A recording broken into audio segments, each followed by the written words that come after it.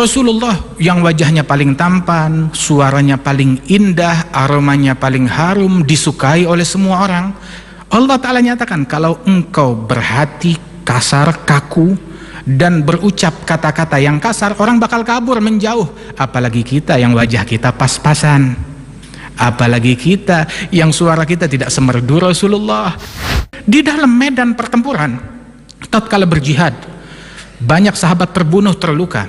Datang laporan kepada Nabi Muhammad, teman-teman kita banyak yang terluka, sumpahi mereka, kutuk orang-orang yang memerangi kita. Nabi menjawab dalam situasi perang, ma bu'istu la'anan wala sabbaba. Saya diutus oleh Allah bukan sebagai tukang caci maki, bukan sebagai tukang laknat. Itu bukan saya. Habis ini kita lagi perang, innama bu'itsu rahmatan lil alamin. Aku walaupun perang atau aku diutus oleh Allah untuk rahmat kasih sayang bagi alam semesta ini. Nabi dalam amar ma'ruf nahi mungkar tidak pernah mencaci, tidak pernah memaki, tidak pernah menghakimi apa yang ada di dalam hati orang lain, atau menganggap orang ini jahat selama-lamanya, sial selama-lamanya di neraka. Tidak. Tujuan syaitan memasukkan manusia ke dalam surga atau neraka? Dijawab, syaitan tujuannya memasukkan manusia ke dalam neraka sebanyak mungkin. Ya kalau begitu kamu dengan syaitan sama. Satu tujuan, satu misi. Mungkin kamu lebih hebat dari syaitan. Syaitan untuk memasukkan orang ke dalam neraka perlu proses. Itu orang sholat panjang lebar bertahun-tahun, begitu dibikin tidak ikhlas, dibikin riya, dibikin ujub, dibikin makan yang tidak baik, hingga akhir hayatnya masuk neraka. Perlu proses panjang lebar, tapi ini dia lebih hebat, lebih pinter. Sekilas langsung memasukkan orang ke dalam api neraka. Saya mau memberikan nasihat kepada sultan, tapi terima, maaf nasihat saya kasar, terima. Maka Harun Ar-Rasyid berkata, kalau nasihat kamu kasar lebih baik kamu diem. Ya mungkin salah kami ulama-ulama yang kurang pandai mencerminkan Nabi Muhammad SAW. Tapi jangan gara-gara melihat hal yang tidak baik pada diri kami lantas kalian salahkan itu Rasulullah yang salah. Tidak, Rasulullah tidak keliru. Saya salah, tapi Rasulullah tidak salah, Rasulullah tidak keliru. Kamilah yang kurang pandai mencerminkan Nabi Muhammad SAW. Berikut kita simak dengan seksama uraian hikmah Maulid Nabi Muhammad SAW yang kali ini mengambil tema moderasi dakwah Nabi Muhammad SAW dalam mewujudkan harmoni kehidupan oleh pengasuh Pondok Pesantren Al-Fahriyah Tangerang, Banten, Habib Jindan bin Nopel bin Salim bin Jindan.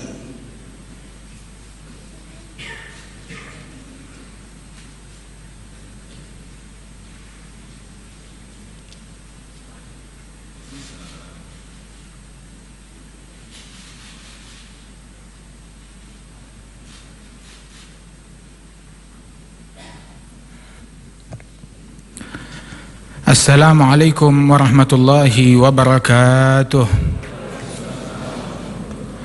Alhamdulillah, wassalatu wassalamu ala sayyidina Rasulillah, sayyidina Muhammad bin Abdullah wa ala alihi wa sahbihi wa mawalah, amma ba'du.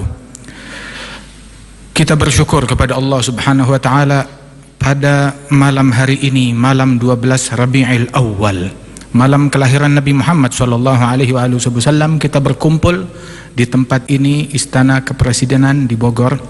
Kita doakan Bapak Presiden Republik Indonesia, Bapak Insinyur Haji Joko Widodo, insya Allah diberikan kesehatan, afiah.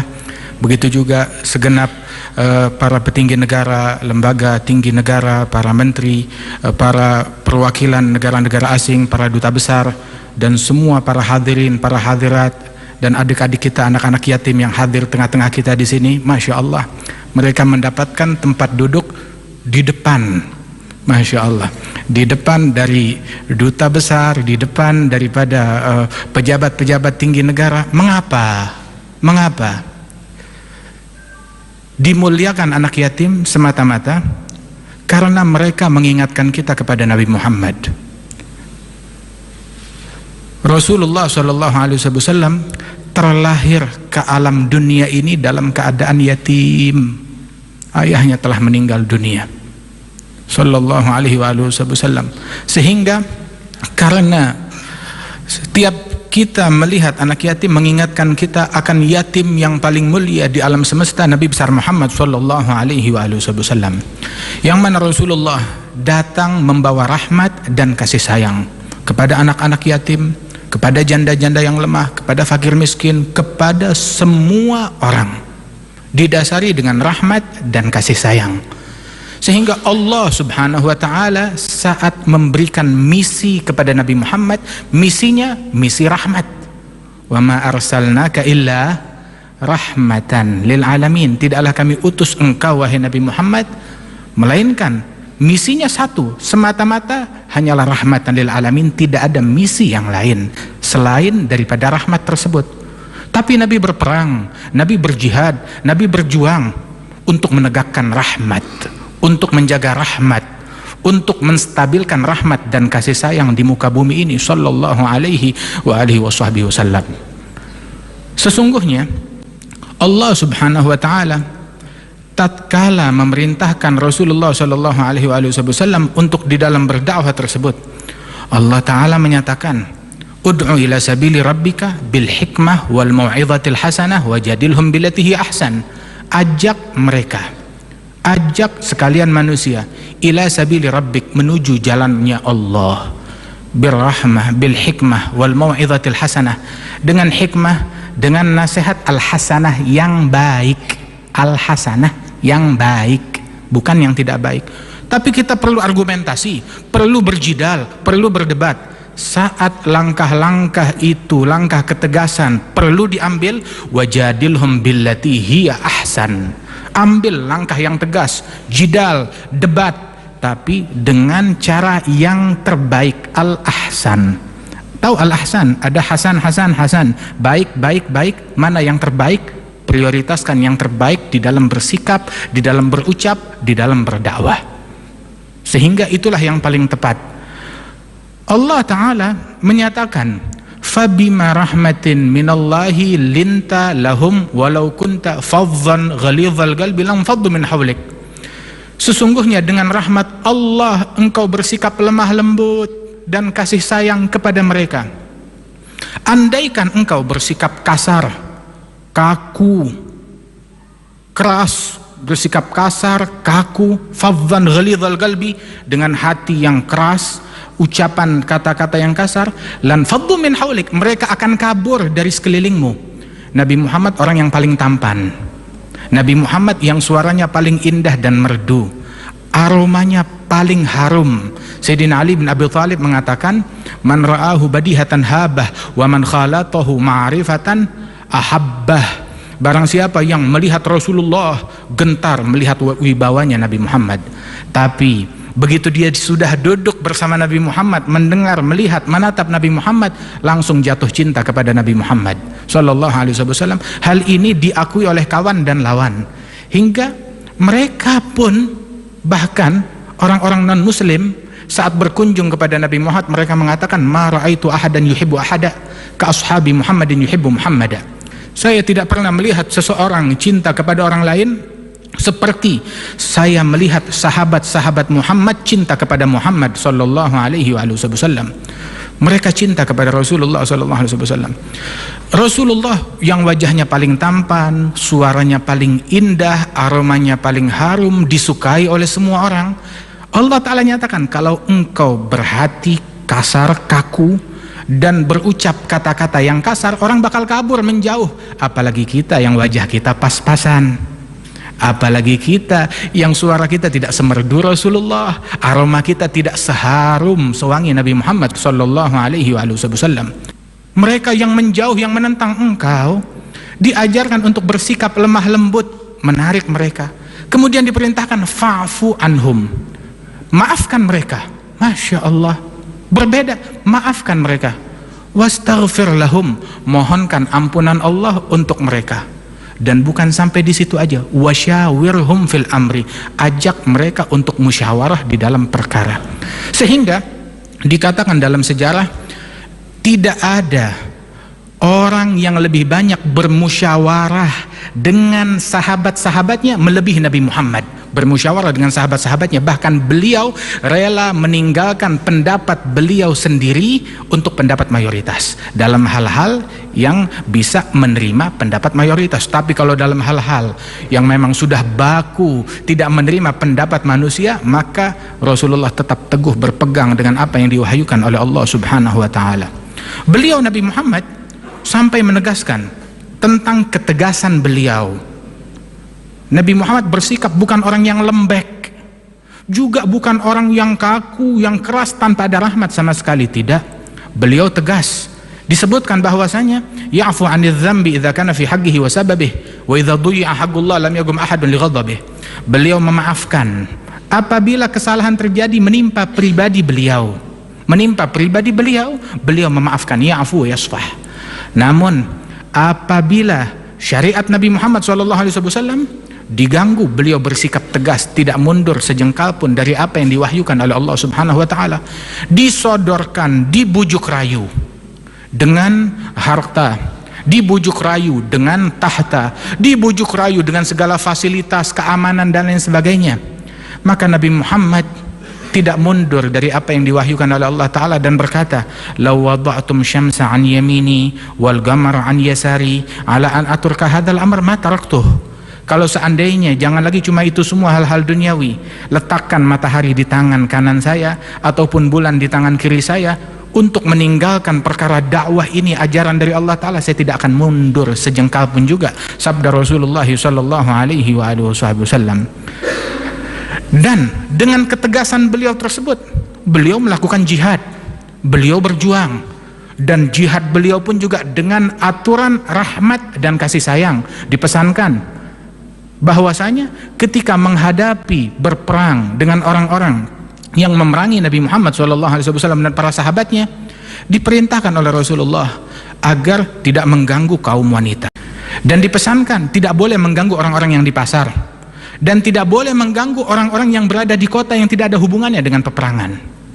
Bahkan Rasulullah SAW berpesan, kalau musuh sudah berpaling, sudah jangan dikejar. Bahkan Nabi berpesan kepada sahabat, jangan kalian berharap ingin jumpa dengan musuh, berperang dengan mereka. Jangan itu yang menjadi puncak harapan kalian, jangan itu, kata Rasulullah SAW. Berpesan kepada Sayyidina Ali bin Abi Thalib tatkala memimpin sebagai panglima peperangan, apa yang saya lakukan ya Rasulullah apabila saya telah tiba di medan perang? Nabi bilang, ud'uhum ila Islam, ajak mereka ke dalam agama Islam. Ini sudah berperang, berhari-hari berperang, dipimpin oleh panglima yang baru Sayyidina Ali bin Abi Thalib. Lanjut perang lagi, dibilang tunggu dulu, tawarkan mereka akan ajaran Islam hingga mereka berhenti memerangi kita. Kemudian Rasul berpesan, wallahi la ayyahdiyallahu bika rajulan wahidan khairun laka min humrin na'am. Demi Allah, engkau mengajak satu orang ke jalan hidayat lebih baik daripada engkau bawakan aku rampasan perang, harta yang banyak, ataupun kekuasaan dari sebuah negeri. Itu bukan itu yang saya cari, tapi saya ingin semua orang dapat hidayat, kata Rasulullah sallallahu alaihi wasallam. Di dalam medan pertempuran tatkala berjihad, banyak sahabat terbunuh, terluka. Datang laporan kepada Nabi Muhammad, teman-teman kita banyak yang terluka, sumpahi mereka, kutuk orang-orang yang memerangi kita. Nabi menjawab dalam situasi perang, ma bu'istu la'anan wala sabbaba. Saya diutus oleh Allah bukan sebagai tukang caci maki, bukan sebagai tukang laknat. Itu bukan saya.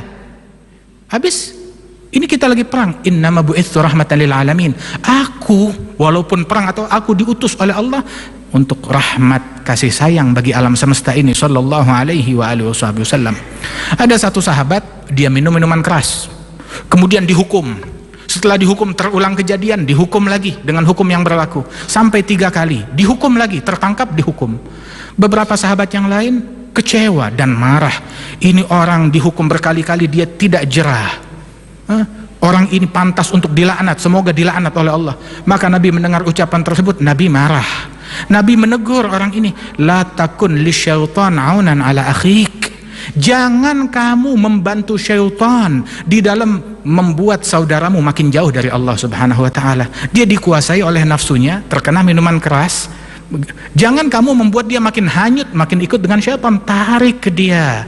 Nabi berpesan, unsur akhaka zaliman atau mazluman, bantu saudaramu baik dia dalam keadaan zalim, jahat, ataupun mazlum, terzalimi, dijahati, bela dia.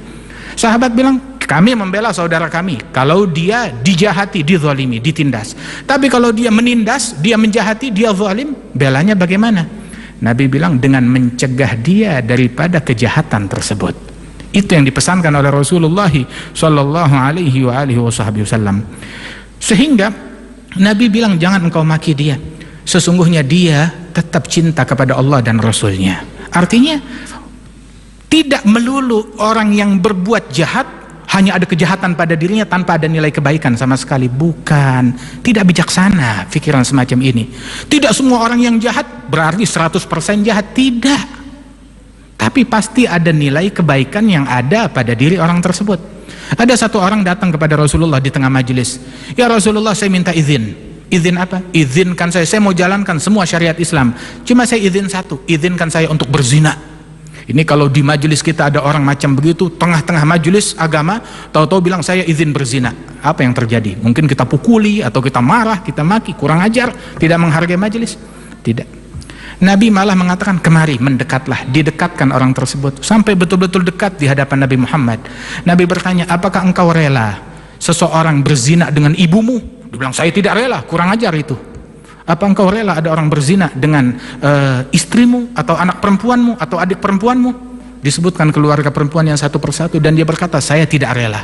Nah begitu juga kalau engkau ingin berzina, bukankah wanita yang engkau ajak berzina, mungkin dia itu ibunya seseorang, anaknya seseorang, istrinya seseorang, keluarganya seseorang. Sebagaimana engkau tidak rela, mereka pun juga tidak rela. Maka masuk ke akal orang tersebut. Dia bilang, betul ya Rasulullah, sekarang saya taubat. Tapi didikan Nabi belum selesai sampai di situ. Nabi bilang, mendekatlah lagi. Sampai betul-betul dekat di hadapan Rasul.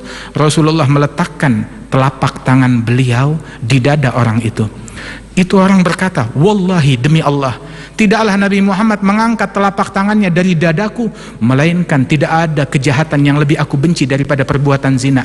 Hilang, luntur kecintaan kepada perzinaan dari dalam hatiku ini, berkat doanya Rasulullah sallallahu alaihi wasallam. Wahakadha Nabi sallallahu alaihi wasallam, waktu ada seorang wanita, dia mengaku, ya Rasulullah, saya berbuat zina, tolong hukum saya. Maka Nabi berkata, kamu hamil, ya tunggu sampai hamilmu selesai. Sudah selesai melahirkan, dia datang kepada Rasulullah, ya Rasulullah, sudah selesai kehamilanku, susui sampai 2 tahun. Udah selesai menyusui, ya Rasulullah, sekarang tolong dirikan hukum Allah kepadaku. Didirikan hukum Allah. Saat didirikan hukum Allah, ada beberapa orang berkata, orang ini, wanita ini bagaikan seekor anjing yang dihukum. Nabi marah, menegur, tahu apa engkau? Saat ini dia sedang berenang di sungai surganya Allah subhanahu wa ta'ala. Siapa gerangan yang lebih hebat dari dia yang menyerahkan nyawanya untuk menjalankan aturan dan hukuman dari Allah subhanahu wa ta'ala. Nabi tetap melarang sahabat untuk mencaci, walaupun dia itu orang yang maksiat. Mungkin dia sudah bertaubat kepada Allah subhanahu wa ta'ala. Nabi berpesan di dalam hadis beliau, sekarang ini akan datang Ikrimah bin Abi Jahal. Ayahnya Abi Jahal adalah Fir'aun dari umat ini, sangat jahat kepada Nabi Muhammad. Kemudian kata Rasulullah, putranya Ikrimah akan datang masuk Islam. Tolong, kata Rasulullah, jangan sebut-sebut keburukan ayahnya, kata Nabi Muhammad. Terus Nabi berpesan secara umum kepada para sahabat, la tasubbul amwat fatu'dzul ahya. Jangan kalian mencaci maki orang-orang musyrikin yang sudah meninggal dunia, jangan dicaci maki. Mengapa? Yang terganggu yang masih hidup, anak-anak mereka yang masuk Islam, yang masih hidup, mereka terganggu kalau kalian caci maki ayah dan leluhur mereka yang sudah meninggal dunia. Jangan caci maki. Agama Islam tidak dibela dengan makian. Agama Islam tidak dibela dengan cacian. Agama Islam berjaya di bumi Indonesia ini, di semua tempat di seluruh penjuru dunia, dengan rahmat, dengan kasih sayang, dengan kegigihan, dengan kesungguhan di dalam mengemban dakwah dan ajaran Nabi besar Muhammad sallallahu alaihi wasallam. Tapi kita diperintahkan amar ma'ruf nahi mungkar, betul. Amar ma'ruf mengajak, memerintahkan manusia kepada kebaikan dengan cara baik-baik. Nahi mungkar, mencegah manusia dari kemungkaran juga dengan cara yang ma'ruf, dengan cara yang baik. Bukan kita amar ma'ruf dengan cara yang mungkar, atau nahi mungkar dengan cara yang mungkar. Jadi 2 mungkar sekarang yang perlu dirubah. Tapi kita amar ma'ruf dengan cara yang ma'ruf, nahi mungkar dengan cara yang mungkar. Kita dakwah, menjalankan ajaran Nabi. Siapa yang kita contoh? Nabi Muhammad. Qul hadhihi sabili, katakan wahai Muhammad, ini jalanku, ini jalannya Rasulullah, caranya Nabi, metodenya Nabi. Apa jalannya Nabi, kita ikuti. Nabi dalam amar ma'ruf nahi mungkar tidak pernah mencaci, tidak pernah memaki, tidak pernah menghakimi apa yang ada di dalam hati orang lain, atau menganggap orang ini jahat selama-lamanya, sial selama-lamanya di neraka. Tidak, sallallahu alaihi wasallam. Bahkan selama 23 tahun berdakwah, diuji, diteror, ditindas, diganggu, diboikot, diperangi, beliau Nabi Muhammad tidak mengeluarkan kata-kata yang kotor, bahkan tidak pernah menyumpahi kecuali kepada individu-individu tertentu yang disebutkan, yang mana Rasulullah tidak menyumpahi mereka, melainkan sudah terbukti kalau mereka itu min ahlin nar dengan mata pandangan wahyu dari Allah subhanahu wa ta'ala. Lain daripada itu tidak disumpahi oleh Rasulullah sallallahu alaihi wasallam. Rasul sallallahu alaihi wasallam bahkan mengajarkan di dalam ketegasan beliau, di balik ketegasan juga dengan rahmat dan kasih sayang beliau, Rasulullah berjihad, Rasulullah berperang, Rasulullah gigih berdakwah siang dan malam. Kemudian juga Rasul sallallahu alaihi wasallam juga menunjukkan rahmat dan kasih sayang, keindahan Islam di dalam semua perilaku beliau. Dan beliau sallallahu alaihi wasallam ketika ada tawanan perang, lihat, tawanan perang, mereka beberapa menit yang lalu membunuhi, memerangi kaum muslimin, ada tawanan perang, Nabi pesan apa? Istausu bil asiri khaira. Saya pesan, perlakukanlah tawanan dengan baik-baik. Hingga tawanan perang di kota Madinah, mereka mendapatkan jamuan makanan yang paling istimewa, mendapatkan jamuan makanan yang paling istimewa. Kita membaca ayat di dalam Al-Quran, Allah memuji sekelompok manusia dari ahli baitnya Nabi Muhammad, yut'imuna ta'ama ala hubbihi miskinan wa yatiman wa asira. Orang-orang yang memberikan makanan kepada orang miskin, anak yatim, dan tawanan perang non muslim, dia beri makan. Sayyidina Ibrahim, dia tidak mau makan kecuali bersama tamu.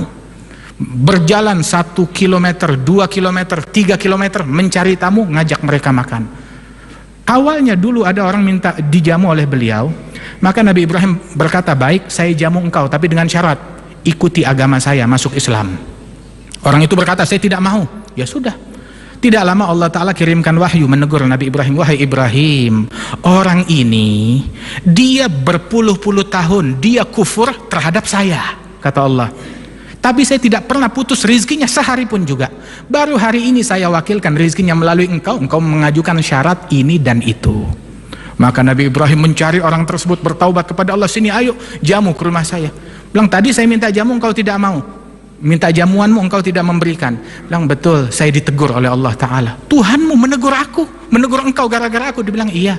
Maka sekarang aku ikut kepada ajaranmu, kepada ajaran Allah Jalla Jalaluhu wa Ta'ala Ta'azamatuh. Nah, karenanya itu saudara-saudara sekalian, kita hendaknya tunjukkan ke dunia ini keindahan Islam di dalam bidang apapun juga. Al-mu'min aina wudi' nafa'. Mu'min dimanapun dia ditempatkan, diposisikan sebagai apapun, manfaat. Mau menjadi presiden, mukmin. Mau menjadi menteri, mukmin. Mau menjadi pejabat, mukmin. Mau menjadi orang di pasar, pedagang, dia mukmin.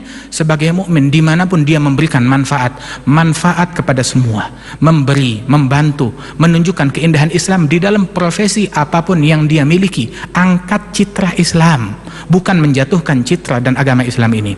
Disebutkan bahwasanya Syekh Mutawalli Asy-Sya'rawi yang di Mesir itu, rahimahullah, beliau pernah berdialog dengan salah seorang tokoh yang ekstrim, begitu, yang mana orang ini kalau ada yang tidak sependapat dengan dia atau beda aliran, beda agama, dia ledakkan, dibunuh, diledakkan. Berdialog, berargumentasi.